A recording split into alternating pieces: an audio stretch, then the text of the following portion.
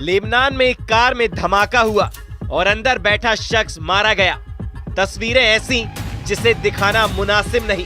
ये हमास के बहुत ही बड़े कमांडर का एनकाउंटर है जो इजराइल ने लेबनान में किया है। चलिए आपको बता देते हैं कौन है हमास का वो कमांडर जिसकी हत्या हुई है। कौन मारा गया है? नाम मोहम्मद शाहीन। क्या काम करता था? लेबनान में हमास का कमांडर था। अटैक कहां हुआ? लेबनान का सैदा शहर। अटैक किसने किया? इजराइल की खुफिया एजेंसी शिन बेत। अटैक कैसे हुआ? ड्रोन से कार पर अटैक और हमास कमांडर खत्म। लेबनान में यह हमला इजराइल के बहुत ही आक्रामक युद्ध का सिग्नल है। इसकी सबसे बड़ी वजह समझ लीजिए, क्योंकि इजराइल ने एक बार से अपने दो बड़े दुश्मन हमास और हिजबुल्लाह पर एक साथ हमला किया है। हमला हुआ लेबनान में, लेकिन टारगेट पर रहा हमास कमांडर यानी जमीन हिजबुल्लाह की, और मारा गया याहया सिनवार का लेफ्टिनेंट जो लेबनान में हमास को कंट्रोल कर रहा था। यानी वार एक और टारगेट दो। कह सकते हैं कि बेनियामिन ने एक हमले से हमास और हिजबुल्लाह दोनों को बहुत बड़ा मैसेज दिया है। मैसेज ये कि सीज फायर कैसा भी हो, जमीन कोई भी हो, इजराइल के दुश्मन सुरक्षित नहीं रहेंगे।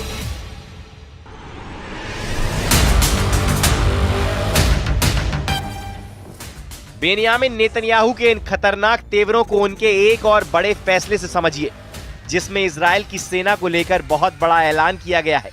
अब इजराइल का नया कमांडर बनाए गए हैं मेजर जनरल इयाल जमीर।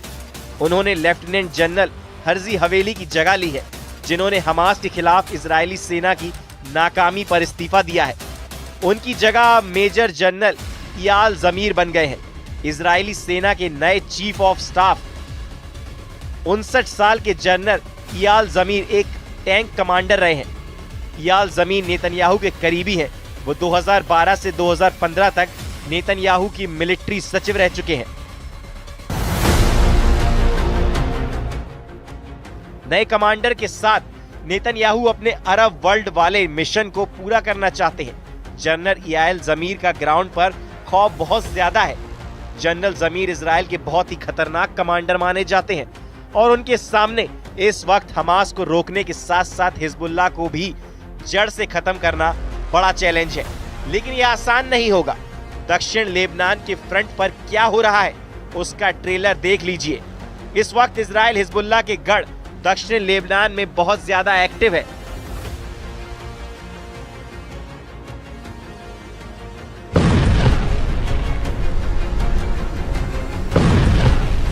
धमाका नंबर 2, धमाका नंबर 3, धमाका नंबर 4, धमाका नंबर 5 और धमाका नंबर 6।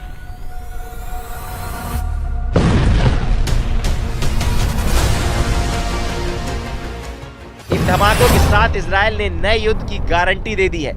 इन धमाकों के साथ इजराइल ने बता दिया है कि नईम कासिम का भी वही हाल होगा जो हसन नसरल्लाह का हुआ। दक्षिण लेबनान में इजराइल का ऑपरेशन सफाया जारी है। ऑपरेशन सफाया यानी अब हिजबुल्लाह और इजराइल का सीज फायर डबल फायर उगल रहा है। जनरल जमीर को कमान देने के बहुत बड़े मायने हैं। वो एक टैंक कमांडर रहे हैं। जनरल जमीर को 2018 और 2022 में भी इजरायली सेना का चीफ ऑफ स्टाफ बनाने के बारे में सोचा गया था। हमास से युद्ध शुरू होने के बाद जनरल जमीर को रक्षा मंत्रालय में महानिदेशक का ओहदा दिया गया। अब उनको वॉर जोन में उतारा गया है। इस वक्त लेबनान और गाजा दोनों वॉर जोन को लेकर इजराइल बहुत ज्यादा पसोपेश में है। हमास के खिलाफ उसका युद्ध किसी भी वक्त शुरू हो सकता है और यही हाल हिजबुल्लाह वाले लेबनान के फ्रंट पर है। अमेरिका डिप्लोमेसी के जरिए हिजबुल्लाह से निपटना चाहता है। मॉर्गन ऑर्टगेस लेबनान में डोनाल्ड ट्रंप की प्रतिनिधि के तौर पर भेजी गई, लेकिन अब उन्होंने हिजबुल्लाह को बहुत ही बुरी तरह धमका दिया है।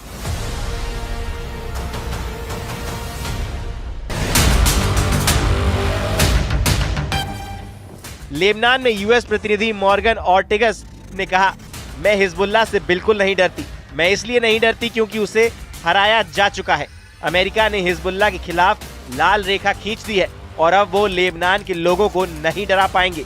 लेबनान में हिजबुल्लाह और हमास दोनों के खिलाफ इजराइल की जो आग फैल रही है, उसमें डोनाल्ड ट्रंप और बेनियामिन नेतन्याहू की सीक्रेट मीटिंग का बहुत बड़ा हाथ है।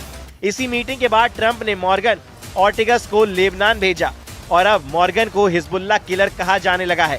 सबसे बड़ी बात यह है कि अब हिजबुल्लाह की लीडरशिप तहस नहस हो चुकी है। हसन नसरल्लाह के मारे जाने के बाद नई कासिम नया कमांडर है, लेकिन मॉर्गन ऑर्टिगस ने नईम कासिम के लिए लाल रेखा खींच दी है और यही रेड लाइन बनाने वाली मॉर्गन अब हिजबुल्लाह के खिलाफ किलिंग मशीन बनने के लिए तैयार है। ईरान पर अब राष्ट्रपति ट्रंप का दबाव है ताकि पश्चिम एशिया में अपने समर्थक गुटों को फंड ना दे पाएं।